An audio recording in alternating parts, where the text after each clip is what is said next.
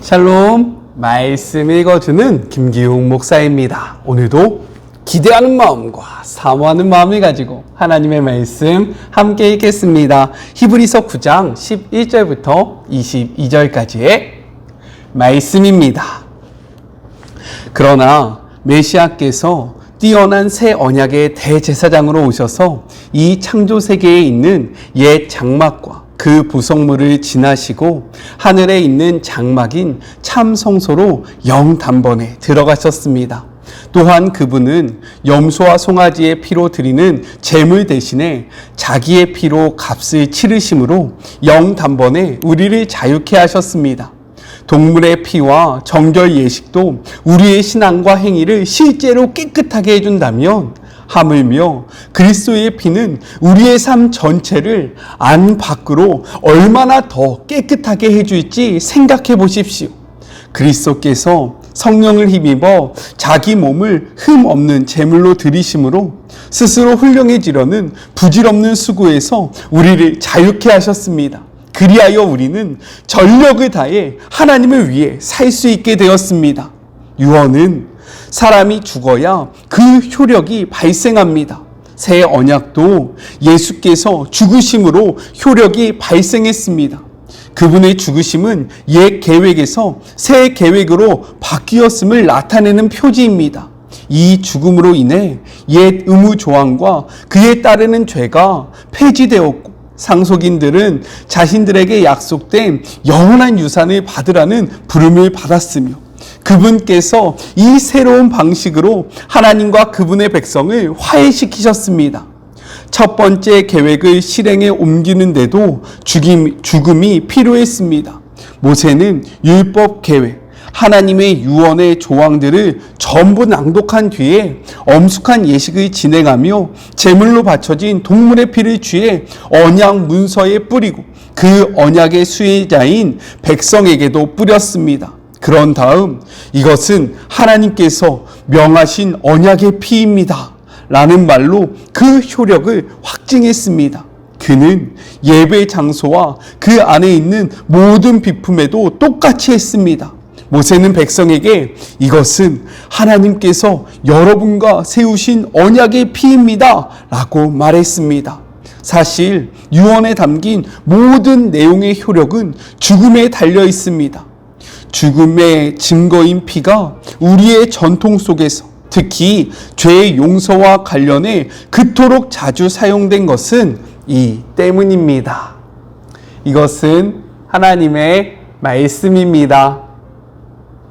오늘 말씀은 내용상 두 부분으로 나눠서 생각해 볼 수 있습니다. 먼저 첫 번째 11절부터 14절 대제사장으로서 예수님에 대해서 이야기를 하고 있어요. 먼저 11절부터 12절에서 히브리 기자는요, 아론계 제사장들의 사역과 그리스도의 사역을 대조합니다. 이런 대조를 통해서 새 언약의 대제사장이신 그리스도와 그가 들어가신 온전한 하늘 성소를 강조하고 있는 거예요. 우리 11절의 말씀 함께 읽겠습니다.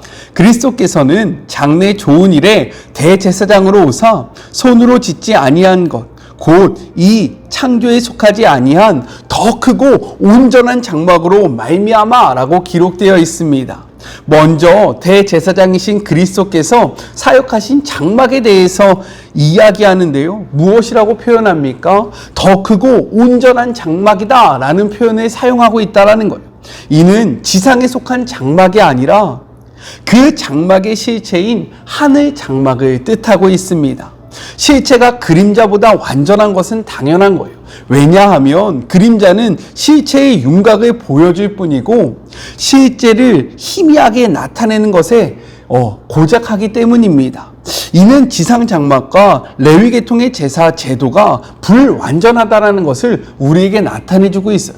그렇기 때문에 예수님께서 들어가시는 그 하늘 장막은 더 크고 완전한 장막이다 라고 이야기를 하는 것입니다. 12절의 말씀도 같이 한번 읽어볼까요? 염소와 송아지의 피로 하지 아니하고 오직 자기의 피로 영원한 속죄를 이루사 단번에 성소에 들어가셨느니라 라고 기록하고 있습니다. 아론계 대제사장들은요, 지성소로 들어갈 때 염소와 송아지의 피를 가지고 들어갔어요. 송아지의 피는 자신을 위한 것이었고 염소의 피는요, 백성을 위한 속죄물이었습니다. 그리고 이 피의 제사는 반복되었다라는 거예요. 이는요, 속죄가 해마다 이루어져야 한다는 사실을 말해주고 있고 그 피가 완전하지 못한다는 것을 의미하고 있다는 겁니다. 이에 반해 그리스도는요, 짐승의 피 대신 자신의 피를 흘리셨다라는 거예요. 그리고 그 피의 제사는 단 한 번만으로 끝났다라는 겁니다. 더 이상 그것이 반복되지 않았다라는 거예요. 이것은 우리에게 무엇을 보여주고 있느냐? 단 한 번의 제사로 속죄가 완전히 이루어졌다는 사실과 더불어 그리스도의 피가 완전하다라는 것을 우리에게 보여주고 있습니다. 13절과 14절에서는요, 그리스도의 피의 효력이 구약의 희생제사보다 뛰어나다라는 사실을 밝혀주고 있습니다. 구약의 제사장들이 부정하게 된 자의 육체를 정결하게 하는 방법은 무엇이었냐? 염소와 황소의 피, 그리고 암송아지의 재에 섞은 물을요, 그에게 뿌리는 것이었습니다. 여기서 부정한 자는요, 위생적으로 부정한 자를 나타내는 것이 아니라 제의적으로 더럽힌 자들을 의미한다라는 거예요. 율법은 부정한 사람이 희생제물을 먹어서는 안 된다라고 규정하고 있었기 때문에 제사와 제물을 관리하고 있는 제사장들과 레위인들에게 있어서 이것은 특별히 중요한 관심사였습니다. 따라서 이를 정결하게 하는 의식은요, 중요할 수밖에 없었다라는 거예요.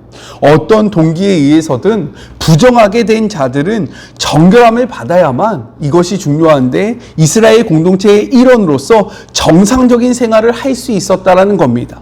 그렇게 구약의 제사장들은요, 동물의 피와 재를 통해서 부정한 자에게 이것을 뿌려서 그 육체를 정결하게 하였던 것입니다. 그러나 이러한 정결 예식은요, 도덕적 부정이나 인간의 본질적인 죄를 깨끗하게 하지 못했다라는 거예요. 단지 시체를 만짐으로 부정하게 된 것과 같은 의식적이고 신체적인 부정을 씻는 것에 국한되어 있었다라는 겁니다. 하지만 그리스도의 피는 달랐다라는 거예요.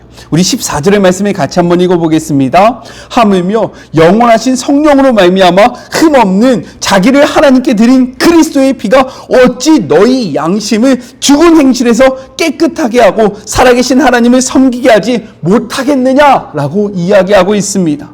구약의 희생 제사로는 불가능했던 양심의 정결이 그리스도의 완전한 제사로 말미암아 완벽하게 해결되었음을 나타내고 있는 거예요.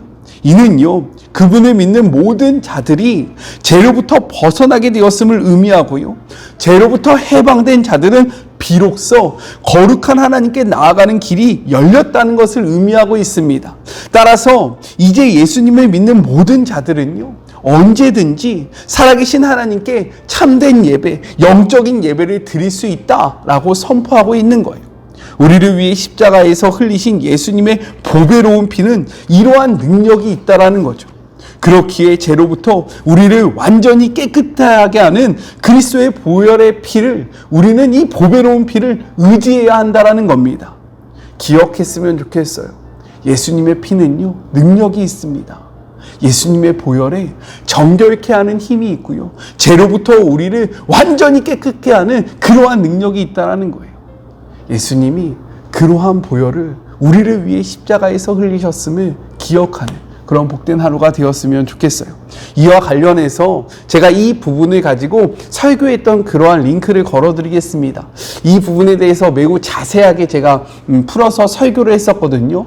필요한 분들은 한 번씩 보시면 은혜가 될 거라 생각되어져요.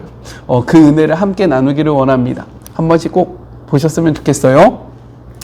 둘째, 15절부터 22절 새 언약의 중보자 예수님에 대해서 이야기를 하고 있습니다. 우리 15절의 말씀을 같이 한번 읽어볼게요. 이로 말미암아 그는 새 언약의 중보자시니 이는 첫 언약 때에 범한 죄에서 속량하려고 죽으사 부르심을 입은 자로 하여금 영원한 기업의 약속을 얻게 하려 하심이라 라고 이야기합니다.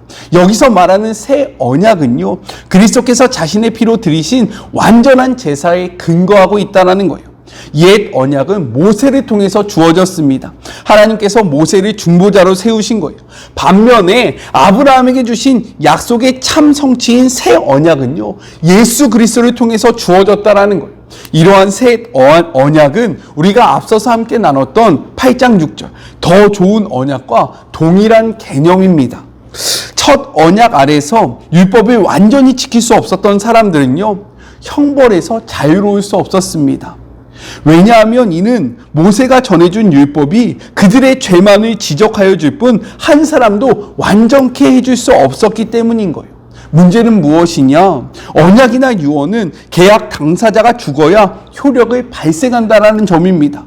언약은 생명을 걸고 관계를 유지하는 것이기 때문에 언약 체결자의 죽음이 담보가 되어야 하고요.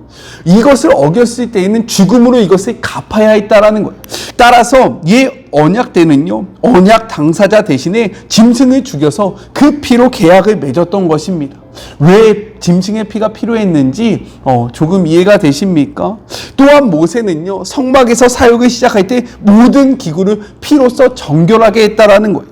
이는 죄인이 하나님 앞에서 섬기는 모든 과정에 피를 통한 죄사함의 과정이 필요함을 우리에게 말해주고 있습니다. 이렇듯 짐승의 피는요, 옛 언약을 체결할 때와 그리고 성소 사역에서 매우 중요한 핵심 요소였다라는 거예요. 이와 동일하게 새 언약에서도요, 피 흘림이 필요하다라는 겁니다. 그러나 새 언약에서는요, 불완전한 짐승의 피 대신 완전하신 예수님께서 십자가에 달려 돌아가심으로 완전한 피를 흘리심으로 이 언약을 세우셨다라는 겁니다. 여기서 중요한 사실은 무엇입니까? 우리가 죄를 범해서 언약을 깨뜨렸기 때문에 우리가 죽어야 하는데도 불구하고 예수님은요, 우리를 대신해서 돌아가심으로 새 언약을 이루셨다라는 거예요. 그렇기에 예수님은 새 언약의 중보자가 되시는 겁니다. 그리고 그 결과는 무엇이냐면 우리가 그리스도의 보혈을 힘입어서 영원한 기업의 약속을 얻게 되었다라고 성경은 이야기하고 있어요. 따라서 우리에게 주어진 영원한 기업의 약속은요, 값없이 주어지는 그러한 구원이 아니라는 겁니다.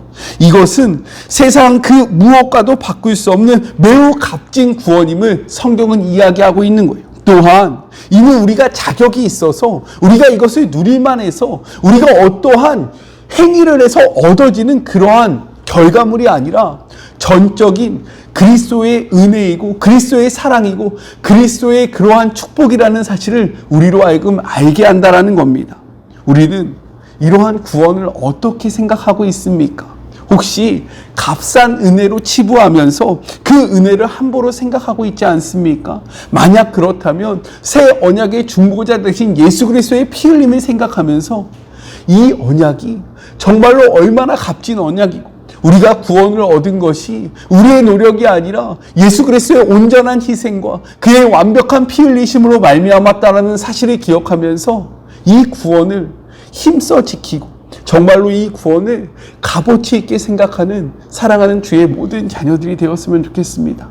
값싼 은혜, 값없는 구원이 아니라요, 아주 값진 은혜이고요, 그리고 매우 귀한 구원이라는 사실을 기억하는 우리 사랑하는 주의 모든 자녀들이 되어서요, 이 구원을, 이 은혜를 힘있게 지켜나가는 우리들이 되었으면 좋겠어요.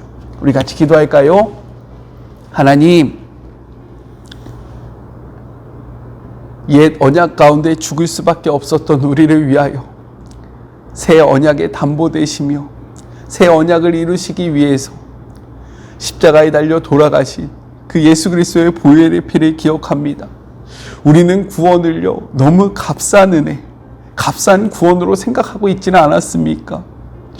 우리가 죄를 범하였는데 예수님이 대신하여 그 고귀한 피를 흘리심으로 우리가 다시금 하나님 앞에 나아갈 수 있었고 하나님을 이제 온전히 예배할 수 있는데 우리는 이 축복과 이 은혜를 너무나도 가볍이 정말로 값싼 은혜로 치부하고 있지는 않았는지 우리들의 삶을 돌아보기를 원합니다. 주님, 주님의 그 완벽하신 은혜, 정말로 그 값비싼 은혜를 우리가 마음에 새기고 이것을 기억하며 이 구원의 여정을 힘있게 걸어가는 주의 사랑하는 자녀들이 되기를 원합니다.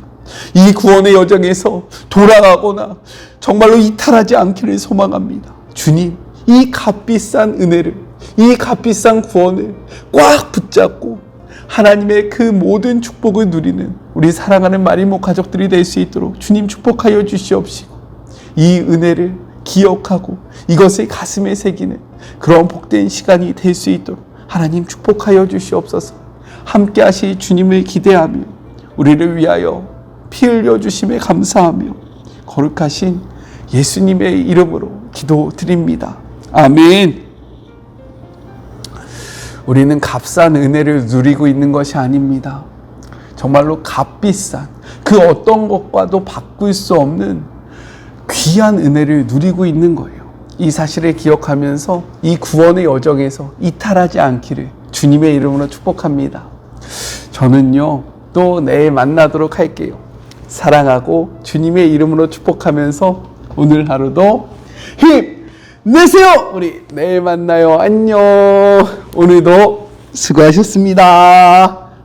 그리고 제가 걸어놓은 이 말씀 꼭 함께 나눴으면 좋겠어요.